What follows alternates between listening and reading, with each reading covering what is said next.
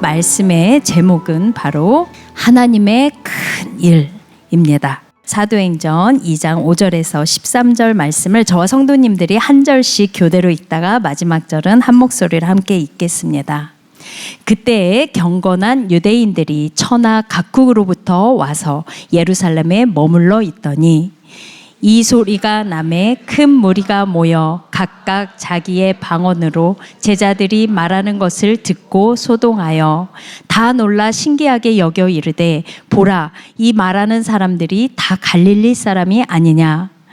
우리가 우리 각 사람이 난 곳 방언으로 듣게 되는 것이 어찌 됨이냐. 우리는 바데인과 메데인과 엘람인과 또 메소보다미아, 유대와 갈바도니기와 본도와 아시아, 부르기아와 밤빌리아, 애국과 및 구레네에 가까운 리비아 여러 지방에 사는 사람들과 로마로부터 온 나그네 곧 유대인과 유대교에 들어온 사람들과 그레데인과 아라비아인들이라. 우리가 다 우리의 각 언어로 하나님의 큰 일을 말함을 듣는도다 하고 다 놀라며 당황하여 서로 이르되 이 어찌된 일이냐 하며 함께 읽겠습니다. 또 어떤 이들은 조롱하여 이르되 그들이 새 술에 취하였다 하더라. 아멘. 오늘 환영해 주셔서 감사합니다. 좀 마음에 드네요. 네. 우리 함께 기도하고 하나님 말씀 듣겠습니다. 사랑하는 하나님 아버지, 우리 삶에 주께서 베풀어 주신 귀한 은혜와 능력을 알길 소망합니다. 그리고 우리의 매일의 삶이 능력으로 가득 차길 또한 간구합니다. 하나님, 이 시간 성령의 충만함을 허락하여 주시옵소서. 감사하며 예수 그리스도의 이름으로 기도드립니다. 아멘. 하나님께서 이 세상을 말씀으로 창조하실 때 큰 능력이 나타났어요. 빛이 있으라 하시니 빛이 있었습니다. 6일간의 창조를 통해 하나님은 자신의 능력을 나타내셨습니다. 하나님은 전능한 하나님이십니다. 그런데 인간은 하나님의 말씀을 버렸습니다. 하나님의 자리에 오르겠다는 교만으로 창조 때 부여된 하나님의 형상을 잃어버렸습니다. 죄와 타락으로 인간은 의와 거룩과 지식을 상실해 버렸어요. 타락으로 인해 인간은 능력을 잃었습니다. 하나님의 말씀에 순종할 능력도 없었고 이제 그런 마음도 없습니다. 수명도 크게 줄어들었죠. 인간의 타락과 함께 처음부터 이 피조 세계 전체가 저주에 동참하게 되었습니다. 만약 인간만 저주를 받고 피조 세계에는 그대로 창조 때의 영광을 가지고 있으면 어떻게 될까요? 반짝반짝 빛나는 이 세상을 보면서 타락한 인간은 자신의 처지를 비관하게 여기고 더욱더 비참하게 느낄 것입니다. 그리고 오히려 지금도 세상을 사랑하며 하나님을 찾지 않고 있는데 더욱 세상의 아름다운 모습에 도취되고 말 것이죠. 이제 이 땅에 들어온 죄와 사망은 세상에 있는 일종의 법칙이 되었습니다. 자연스러운 게 되었죠. 원래는 사망이 낯선 거였지만 이제 우리의 삶을 죽음이 둘러싸고 있습니다. 매주 장례 공지가 공동체 방에 올라오고 있고 저 역시 장례식에 예배를 드리러 가면 어렵지 않게 우리를 둘러싸고 있는 죽음을 마주하게 됩니다. 그런데 이제 이 세상에서 이렇게 자연스러운 것을 반대로 뒤집으려면 무엇이 필요할까요? 이때도 능력이 필요합니다. 죄와 사망은 무척 자연스러운데 이제 의와 생명을 얻어 이전보다 더욱 놀라운 상태로 회복하기 위해서는 오히려 창조 때보다 더 큰 능력이 필요한 거예요. 우리가 누군가를 미워하는 것은 어쩌면 참 쉬운 일입니다. 두세 사람이 모이기만 하면 여러분은 어떠세요? 수요 예배에 오신 분들은 아마 예수님 이야기로 충만할 수 있지만 대부분 세상 사람들은 모이기만 하면 자기 이야기보다도 남의 이야기를 주로 합니다. 남편도 남의 편이니까 남 이야기인가요? 자식 이야기, 다른 사람 이야기 하면서 누구누구는 이렇더라 라고 쉽게 미워하고 험담하고 정죄합니다. 그래서 누군가를 사랑한다라는 것은 그만큼 힘이 더 드는 일입니다. 우리가 사랑하는 가족을 대할 때 가장 많이 경험합니다. 밖에서는 나이스하게 잘 참다가도 가족 앞에서는 오히려 쌓인 스트레스가 확 솟구쳐서 버럭 화를 내기도 합니다. 제가 잘 알죠? 네, 저도 그렇거든요. 사랑하는 사람일지라도 내 친자식일지라도 정말로 사랑하려고 하면 능력이 필요합니다. 그런데 이런 사랑의 관계도 아니고 내 밖에 있는 누구, 더구나 그 사람은 죄인을 사랑하려고 하면 어떨까요? 그 죄인에게 생명을 주고 누리게 하고 그 생명으로 다시 기쁨과 소망이 넘치는 삶을 살게 한다는 것은 굉장한 능력이 필요합니다. 이제 창조에서 나타난 하나님의 능력은 죄인을 향한 구원에서 더욱 크게 나타납니다. 인류의 역사 내내 하나님은 자신의 능력으로 세상을 보존하고 다스리셨습니다. 그리고 메시아를 보낼 것을 처음부터 예언하셨어요. 그리고 그 일을 하나하나 다 이루어 가셨습니다. 겉모양은 인류의 역사이지만 그 내용은 구원의 이야기, 구속사를 써가셨습니다. 예적부터 선지자들을 통하여 여러 부분과 여러 모양으로 우리 조상들에게 말씀하셨던 하나님께서 이 모든 날 마지막 때에 아들을 보내셨습니다. 역사 속에서 가장 중요한 사건은 하나님의 아들께서 이 땅에 사람의 몸을 입고 오심과 십자가의 죽으심, 그리고 사흘 만에 부활하시고 승천하신 일입니다. 이 일은 우연히 일어난 것이 아니라 죄인을 구원하시기 위한 하나님의 정확한 시간표대로 이루어졌어요. 예수님께서는 성경대로 죽으셨고 성경대로 살아나셨습니다. 창조할 때 무에서 유를 창조하신 하나님의 능력이 여기에 투입되었습니다. 그런데 이제는 전 우주가 아니라 한 인물에게 그 능력이 집중되었어요. 예수님은 죽은 자들 가운데 부활의 첫 열매가 되셨습니다. 이 말은 무슨 뜻일까요? 이제 그리스도께 속한 자들도 부활에 동참하게 하시겠다라는 겁니다. 그러니까 죽은 자 가운데 예수님을 살리시고 하늘 보좌에 올리시는 일은 단순하게 한 개인에게 적용한 일이 아닙니다.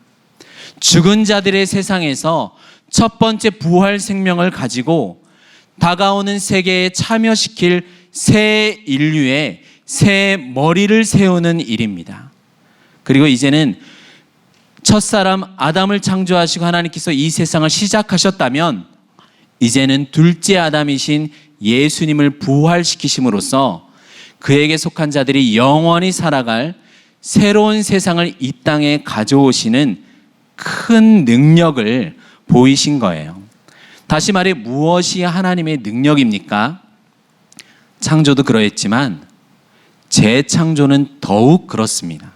예수 그리스도의 부활에서 하나님이 역사의 끝에서나 일어날 것으로 믿었던 새로운 세상을 이 역사로 가지고 오셨습니다. 이것을 우리에게 적용하시기 위해 나타난 큰 능력이 바로 성령의 오심입니다.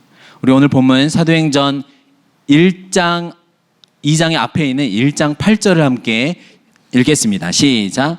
오직 성령이 너희에게 임하시면 너희가 권능을 받고 예루살렘과 온 유대와 사마리아와 땅끝까지 이르러 내 증인이 되리라 하시니라. 예수님께서는 이것을 위해 너희들은 예루살렘을 떠나지 말고 몇 날이 못되어 오실 성령을 기다리며 간절히 기도하라라고 이야기하셨습니다. 이 제자들에게 마침내 오순절이 되자 성령께서 오셨습니다. 기다리며 기도하던 제자들에게 이 땅에서 상상할 수 없었던 하늘로부터 온 능력을 받게 된 것입니다. 이 능력은 무엇을 위한 능력입니까? 땅 끝까지 복음 전파의 사명을 감당하기 위해서입니다. 오순절에 하나님께서는 성령을 통해 타락하고 망가진 이 세상에 속했던 자들에게 하나님 나라를 열어 들어가게 하셨습니다. 우리 오늘 본문 2장 4절부터 6절을 함께 읽어볼까요? 시작. 그들이 다 성령의 충만함을 받고 성령이 말하게 하심을 따라 다른 언어들로 말하기를 시작하니라. 그때 경건한 유대인들이 천하 각국으로부터 와서 예루살렘에 머물러 있더니 이 소리가 나매 큰 무리가 모여 각각 자기의 방언으로 제자들이 말하는 것을 듣고 소동하여. 자, 이 오순절에는 수많은 사람들이 이곳 예루살렘에 모여들었습니다. 당시 평소 예루살렘에 살고 있던 사람들은 적게는 2만 5천 명에서 많게는 8만 명 정도로 봅니다. 그런데 유대인들의 3대 절기인 유월절, 장막절과 더불어 이 오순절에는 과연 사람들이 몇 명이나 모여들었을까요? 약 200만 명으로 봅니다. 아무리 적게 봐도 평소보다 10배에서 최소 20배 이상의 인구입니다. 이들 유대인들은 모두 어디에서 왔을까요? 천하 각국에서 왔다라고 성경은 말합니다. 천하 각국에서 온 유대인들은 이제 성령의 충만함을 받은 제자들이 다른 언어들로 말하는 아주 놀라운 현상을, 충격적인 장면을 보게 되었습니다. 우리는 성령께서 오순절에 오신 이 사건이 2000년 전 역사에서 일어난 아주 하나의 그냥 단순한 사건이 아님을 보고 있습니다. 이 사건은 인류의 큰 역사와 관련이 있어요. 성령께서 각 사람 위에 임하시는 것에는 다양한 의미가 있습니다. 바로 창세기 6장에서 노아홍수 시대의 사람들이 타락하여 부패한 자기 성품대로 살아가는 모습 속에서 하나님의 영이 더는 사람과 함께하지 않고 떠나시는 그 일은 바로 심판과 저주였다라고 했습니다. 그러면서 그들이 육적인 존재, 육신이 되었어요. 그 결과 수명이 줄어들었습니다. 이 부분에 대해서 제가 설교했었어요. 언제 했죠? 지난달 수요 설교 때 했었습니다. 그래서 성령께서 오심은 예수 그리스도를 통해 죄 사함을 허락하셔서 그때 행해졌던 하나님의 저주가 철회되고 다시 사람에게 통치를 시작하신 놀라운 사건이 됩니다. 부활 생명을 지닌 새로운 하나님 나라의 백성으로 살아가게 하신 것이죠. 그 능력이 겉으로 드러나게 된 기적으로 제자들의 언어의 변화가 생겨났습니다. 이 언어의 변화와 천하 각국의 사람들과의 관계가 창세기에서부터 시작된 것을 우리는 볼 수 있습니다. 우리 창세기 11장 1절부터 4절까지 함께 읽겠습니다. 온 땅의 언어가 하나요, 말이 하나였더라. 이에 그들이 동방으로 옮기다가 신할 평지를 만나 거기 거류하며 서로 말하되 자 벽돌을 만들어 견고히 굽자 하고 이에 벽돌로 돌을 대신하며 역청으로 진흙을 대신하고 또 말하되 자 성읍과 탑을 건설하여 그 탑 꼭대기를 하늘에 닿게 하여 우리 이름을 내고 온 지면에 흩어짐을 면하자 하였더니 하나님을 떠난 인간이 육적인 존재가 되어서 자기 생각대로 죄를 지으며 살았습니다. 그런데 소극적으로는 하나님과 이렇게 멀어진 것뿐만이 아니라 적극적으로는 하나님을 대적하는 운동을 벌였어요. 세상 나라의 건설입니다. 많은 사람들이 모이면 이렇게 힘을 갖죠. 그런데 그 힘을 하나님을 위해서 쓰는 게 아니라 하나님을 대적하는 데 사용하는 게 문제입니다.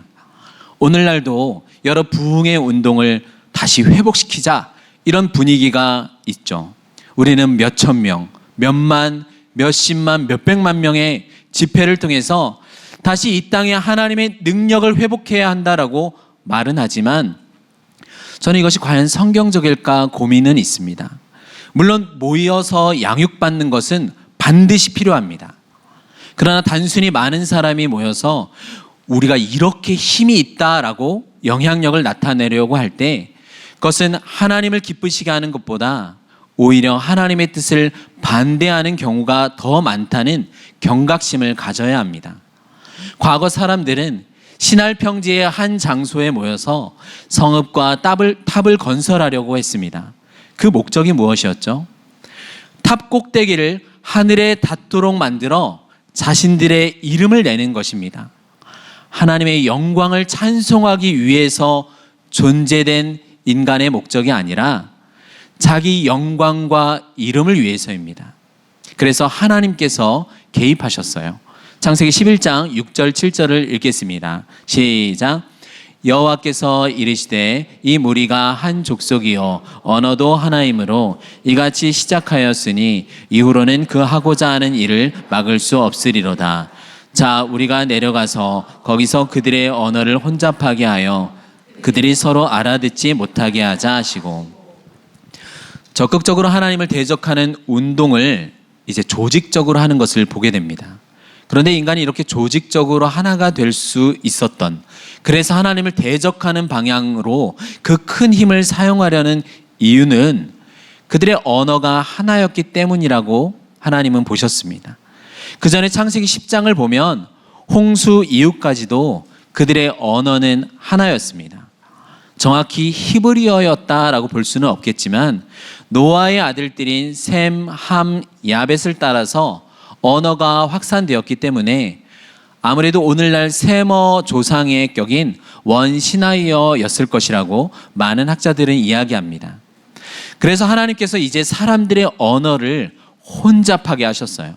이제 언어가 나뉘니까 서로 말이 안 통하고 이해가 안 됩니다. 그래서 갈등과 반목의 역사가 시작되었어요. 인간의 역사는 이렇게 전쟁과 흩어지는 역사가 되었습니다. 그러나 하나님은 이 심판의 역사에서도 구원의 길을 예비해 두셨습니다. 이미 언어를 흩을 때 다시 언어를 축복으로 바꾸실 계획을 가지고 계셨어요. 하나님은 큰 지혜와 능력을 가지신 하나님이십니다. 마침내 이 회복의 역사를 나타낸 그 사건이 바로 오순절 사건입니다. 오순절, 성령 하나님께서 오셔서 언어 가운데 기적을 일으키셨습니다. 이전엔 언어가 나뉘어 이 장벽 때문에 소통이 되지 않아 자신들의 일은 물론이고 하나님께서 명하신 일을 한마음이 되어 할 수가 없었습니다. 그러나 이제 하나님께서는 사람에게 하신 구원의 큰 일을 성령을 통해 마음으로 믿고 이해하여 하나님 나라를 위해 복음을 전파하는 시대가 되게 한 것이죠.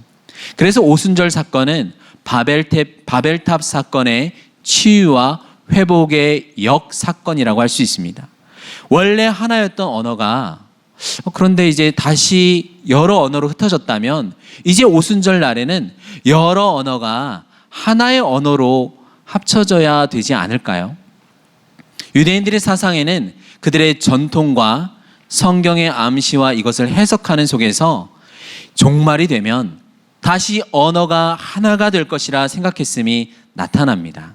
스바냐 3장 9절을 읽어볼까요? 시작. 그때 내가 여러 백성의 입술을 깨끗하게 하여 그들이 다 여호와의 이름을 부르며 한 가지로 나를 섬기게 하리니. 종말에 여러 백성의 입술이 깨끗하게 정화되고 회복되는 날이 온다라고 본 겁니다. 한 가지로 섬기게 하는 것은 이제 하나님을 예배하게 되는 것이죠. 유대인들의 이 탈무드나 성경 주석이라고 할 수 있는 미드라시를 보면 메시아 시대의 모든 민족이 여호와를 알게 되고 아담이 말하던 언어, 곧 히브리어가 회복될 것이다 라고 쓰여 있습니다. 바벨탑 사건의 반역이 해결되고 다시 이전의 언어로 돌아간다라는 것이죠. 그러나 그렇게 언어는 회복되지 않았습니다. 민족들의 언어는 성령이 오셨어도 그대로 있어요.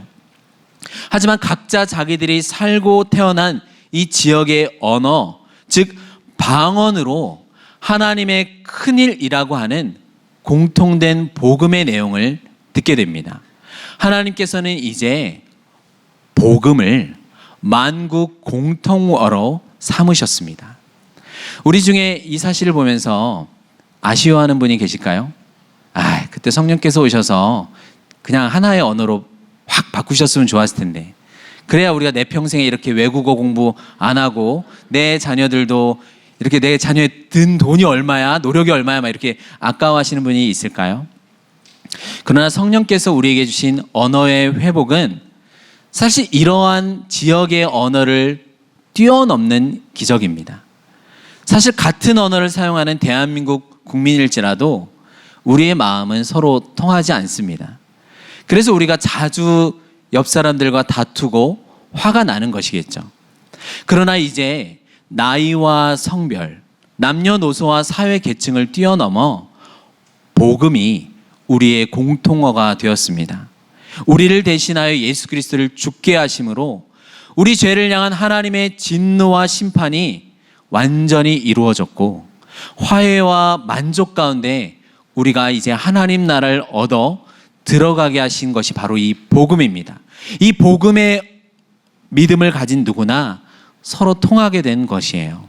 그 사람이 미국 사람이든지 영국 사람이든지 독일 사람, 중국 사람, 일본 사람이든지 예수 그리스도를 믿는 사람은 누구나 하나가 되게 하셨습니다. 언어 각각의 아름다움은 그대로 보존해 두시고 대신 각 언어마다 신적인 호흡을 불어넣으셨습니다. 이제 모든 언어가 다 하나님의 나라를 위해서 사용되고 하나님의 큰 일, 즉 복음을 전하는 목적을 위해서 사용되게 하셨습니다. 복음이 가장 강력한 언어가 되어 하나님의 인류 역사를 새롭게 회복하셨습니다. 예수 그리스도라는 한 사람 안에서 우리 모두를 한 사람으로 만드셨습니다. 새 인류를 창조하신 것이죠. 믿음이 없으면 사실 우리가 같은 배에서 난 형제라 할지라도 영적으로는 원수 상태일 수 있습니다. 그러나 믿음이 있으면 혈육이 아닐지라도 우리는 한 형제와 자매가 될 수 있습니다. 우리 옆에 계신 분들 보면서 이렇게 인사해 볼까요? 반갑습니다, 자매님. 반갑습니다, 형제님. 그래서 성령이 오신 사건이 바로 여러분의 일상에 찾아온 가장 능력의 사건입니다. 우리 오늘 본문 사도행전 2장 7절 8절을 읽겠습니다. 시작. 다 놀라 신기하게 여겨 이르되 보라, 이 말하는 사람들이 다 갈릴리 사람이 아니냐? 우리가 우리 각 사람이 난 곳 방언으로 듣게 되는 것이 어찌 됨이냐? 하나님께서 기적적으로 성령을 통해 언어의 능력을 제자들에게 나누어 주셨습니다. 그러나 몰려들어 있는 이 오순절에 몰려든 이 사람들은 그들의 모습을 보고 그들의 전하는 말들을 들으며 이 제자들이 다 갈릴리 사람이 아니냐라고 말했어요. 이 말은 이 제자들이 똑똑하거나 돈이 많아서 외국에 가서 외국어를 배운 일이 없었다라는 사실을 그들이 다 알고 있었다는 거예요. 마치 사도들과 제자들이 무지하고 무식한 사람들인데, 그래서 그들이 갈릴리라는 변두리 위에 살았던 자들인데 지금 어떻게 이런 일이 일어났냐라는 것입니다. 이 말들은 모두 사실입니다. 하지만 그들은 이제 하나님의 일들과 하나님께서 하늘로부터 이 땅에 시작하신 그 지혜에 대해서 당당하게 말하기 시작하는 것도 사실입니다. 제자들이 하는 말은 그냥 의미 없고 헛된 말들이라면 듣는 사람들이 놀랄 이유가 전혀 없겠죠. 그러나 그들의 마음을 지금 움직이게 하고 놀라게 하며 이 사건이 엄청난 위험을 가진 것으로 느껴졌다라는 것을 사람들이 감지했다는 것입니다. 그들이 단순하게 헬라어를 말하고 조금 더 유식하면 아람어 정도를 말했다면 그러지 않았겠죠. 지금 다양한 각 지역의 언어를 그들은 듣고 있습니다. 오늘 본문 9절부터 11절까지 함께 읽겠습니다. 시작. 우리는 바데인과 메데인과 엘람인과 또 메소포타미아, 유대와 갑바도기아, 본도와 아시아, 부르기아와 밤빌리아, 애굽과 및 구레네에 가까운 리비아 여러 지방에 사는 사람들과 로마로부터 온 나그네 곧 유대인과 유대교에 들어온 사람들과 그레데인과 아라비아인들이라. 우리가 다 우리의 각 언어로 하나님의 큰 일을 말함을 듣는도다 하고. 우리 지도를 보면서 한번 확인을 해볼게요. 자, 우리가 몽골 사람이 아니다 보니까 잘 보이진 않습니다. 그래도 볼 수 있을 거예요. 오른쪽에 보면은 제일 오른쪽에 바데와 메데와 엘람이 있습니다. 그 오른쪽에서 왼쪽으로 이제 메소포타미아 당시 이제 바벨론과 아시리아 문명이 일으켰던 장소입니다. 그 시날 땅에 바벨탑이 세워졌던 장소이기도 하죠. 거기서 조금 내려오면 유대가 있습니다. 그리고 지금 현재 터키 지역인 갑바도기아, 본도 아시아가 또 있습니다. 지중해 아래로 넘어서 이제 맨 밑으로 오면 애굽이 있겠죠. 그리고 구레네와 가까운 지방이 또 있습니다. 실제로 그 가장 왼쪽을 보면은 로마가 있는 것도 우리는 보게 됩니다. 네, 여러 곳들을 성경에서 나온 지역들을 제가 한번 표시를 했는데 사실 저도 잘 뒤를 쳐다봐야 보이지 앞을 봐서는 잘 안 보이네요. 지중해 지역에서는 이 크레타 섬의 그레데인들과 지중해 오른쪽에는 유대 아래에는 아라비아 반도, 아라비아가 맨 아래쪽에 또 있습니다. 거기서 온 아라비아인들이 있었다라고 아까 본문에서 말했죠. 이들이 다 우리의 각 언어로 하나님의 큰 일을 말함을 듣는도다라고 말했습니다. 근데 오늘 본문에서 로마로부터 온 나그네들은 누구일까요? 다른 지역과 마찬가지로 로마에서 선발되어 오순절을 맞이하여 성전에 예배하러 온 유대인 사절단입니다. 이들은 로마에서 예루살렘으로 왔다가 예배 후에 다시 로마로 돌아갔겠죠. 실제로 사도행전 28장을 여러분이 나중에 보면 멜타 섬에서 바울이 일정 기간 머물다가 다시 이제 로마로 가게 되는데 로마에서 바울을 마중 나온 형제들이 있습니다. 지도 보이지 않아도 됩니다. 이 형제라는 표현은 그리스도인을 가리키는 표현이에요. 그러나 바울은 아직 로마에 간 적이 없었고 사도들도 마찬가지입니다. 그런데 어떻게 그리스도인들이 이미 생겨났을까요? 바울이 AD 60년경에 로마에 도착했을 때 이미 약 25년 전에 이 오순절에 예루살렘에 왔다가 복음을 듣고 다시 돌아간 이들일 가능성이 매우 높습니다. 다른 각 지역들도 동일합니다. 유대 예루살렘을 중심으로 이곳에 성령께서 하나님의 나라를 세우시고 그 교회를 세우시고 이제 온 열방의 복음을 전하게 되는 일을 시작하셨습니다. 천하 각국으로 사도들이 전도 여행을 하기도 전에 이미 오순절에 전 세계에 복음을 전하는 일이 시작되었어요. 로마뿐만 아니라 우리가 아까 목록에서 보았던 모든 지역이 마찬가지입니다. 다시 원래 살던 곳으로 돌아가는 이 그들의 마음에는 성령께서 생명을 담아 주셨습니다. 복음을 듣고 마음에 견딜 수 없는 뜨거움을 그들은 갖게 된 것이죠. 우리도 예수님을 믿게 되면 여러분 어떻습니까? 이 복음을 자랑하지 않고는 어쩔 줄 몰라 하게 되잖아요. 생명은 생명을 낳게 되어 있습니다. 사도행전 2장에 나타난 이 모든 나라에 이 능력이 나타나게 된 것입니다. 하나님의 구원 역사의 분기점이 되었어요. 이 목록은 과거 창세기 10장에 셈의 족보와 그들이 흩어진 민족들의 목록 지명과도 유사합니다. 가나안을 중심으로 동쪽에는 셈 족속이, 남쪽에는 함 족속이, 서쪽은 야벳 족속이 흩어졌어요. 하나님에게 대적하는 바벨, 이 세상 나라의 건설을 하나님께서 심판하셨지만 그 가운데서도 구원을 베푸신 겁니다. 하지만 언제나 하나님께서는 그 구원의 역사를 이스라엘을 통해서 계속해서 증거하셨어요. 훗날 구약의 이사야 선지자도 흩어졌던 이스라엘 포로들이 다시 돌아올 것을 예언했습니다. 이사야 11장 10절을 함께 읽어보겠습니다. 시작. 그날에 이새의 뿌리에서 한 싹이 나서 만민의 기치로 설 것이요 열방이 그에게로 돌아오리니 그가 거한 곳이 영화로우리라. 우리 11절 12절도 읽어볼게요. 시작. 그날에 주께서 다시 그의 손을 펴사 그의 남은 백성을 아수르와 애굽과 바드로스와 구스와 엘람과 시날과 하맛과 바다 섬들에서 돌아오게 하실 것이라.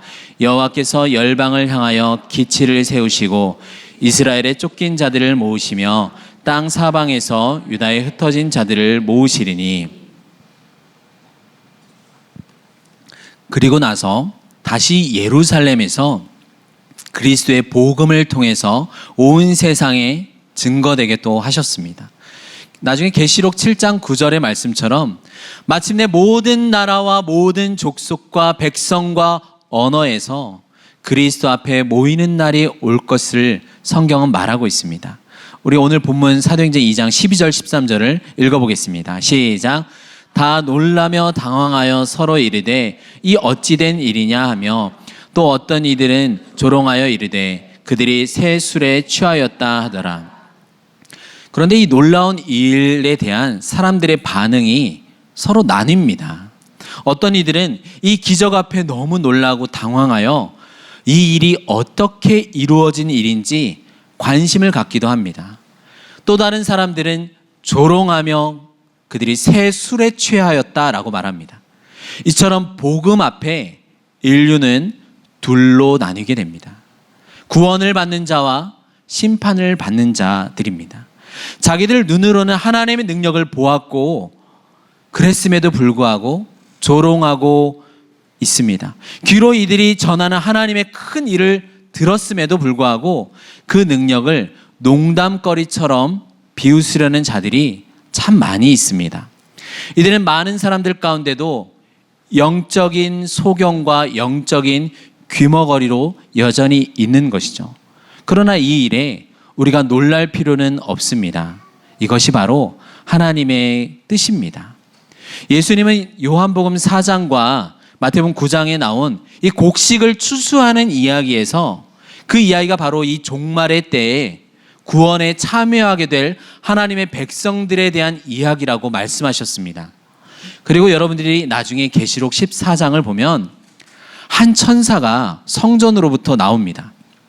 이 천사가 구름 위에 앉으신 이에게 당신의 낫을 휘둘러 땅의 곡식을 추수하소서라고 간구합니다. 그때 낫이 휘둘리자 땅의 곡식이 거두어집니다. 구원이 이루어져요.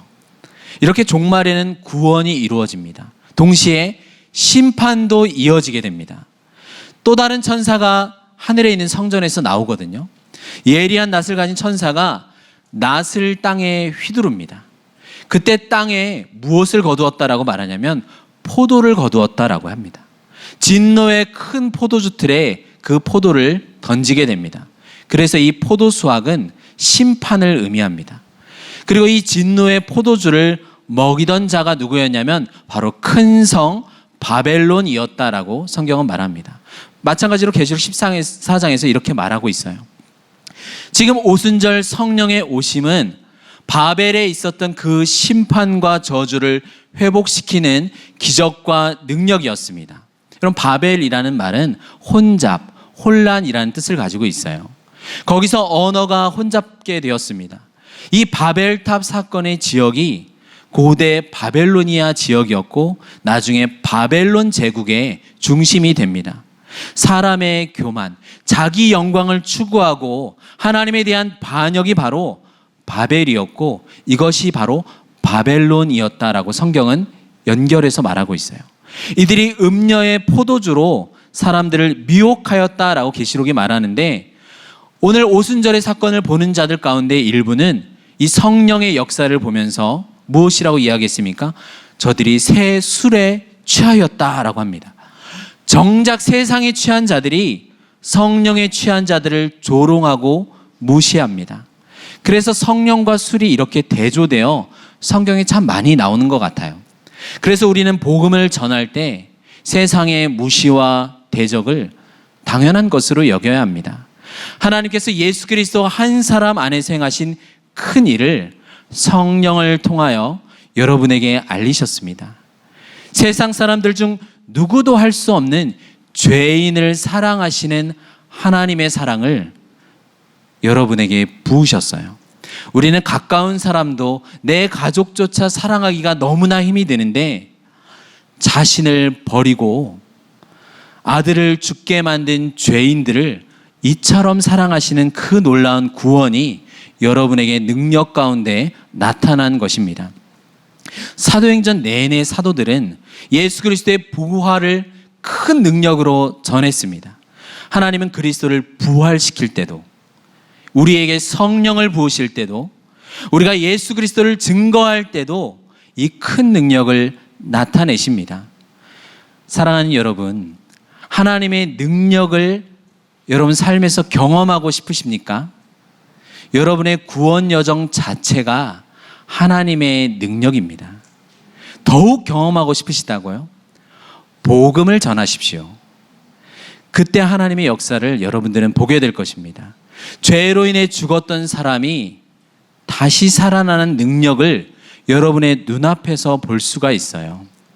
타락한 사람은 자신의 죄와 악을 위해서, 자기 자신만을 위해서 살아가지만 이제 구원받은 우리는 하나님의 큰 일을 위해서 능력이 사용됩니다. 우리 자신의 말과 능력이, 내가 그동안 쌓아왔던 실력과 노력이 이러한 기적을 만들어내는 것이 아닙니다. 오직 부활하신 예수님께서 지금도 하늘 보좌에서 천상 통치를 하고 계시는데, 성령을 통해 이 땅 가운데 우리를 통하여서 능력으로 오늘도 역사하고 계신 겁니다. 여러분이 복음을 전하는 모든 자리에서 하나님의 능력을 경험할 수 있습니다. 그래서 교회는 단순히 이 기적의 겉모양에 집중하지 않습니다. 그렇게 되면 망합니다. 우리가 선교하고 전도의 현장마다 기적이 나타날지라도 이 배후에서 역사하시는 하나님의 능력을 찬양하고 예수님의 천상 통치에 교회의 기초가 있는 것이죠. 예수 그리스도의 십자가와 부활을 여러분의 인생에서 입으로, 삶으로 드러내길 소망합니다. 하나님께서 여러분 안에서, 그리고 여러분을 통해 능력을 보이실 것입니다. 여러분은 이미 하나님의 동역자들입니다. 기도하겠습니다. 사랑하는 하나님 아버지, 감사합니다. 예수 그리스도의 부활을 통해 새 창조의 능력을 보이시고 그리스도 안에 우리를 새 인류로 만들어주신 은혜와 능력에 감사합니다. 제자들이 오순절에 경험한 것처럼 이제 하나님의 큰 일을 증거하는 우리의 모든 삶의 현장마다 하나님의 능력이 나타나게 하여 주시옵소서. 삶의 모든 자리가 하나님의 능력을 드러나게 하여 주시옵소서. 예수님의 이름으로 기도드립니다. 아멘.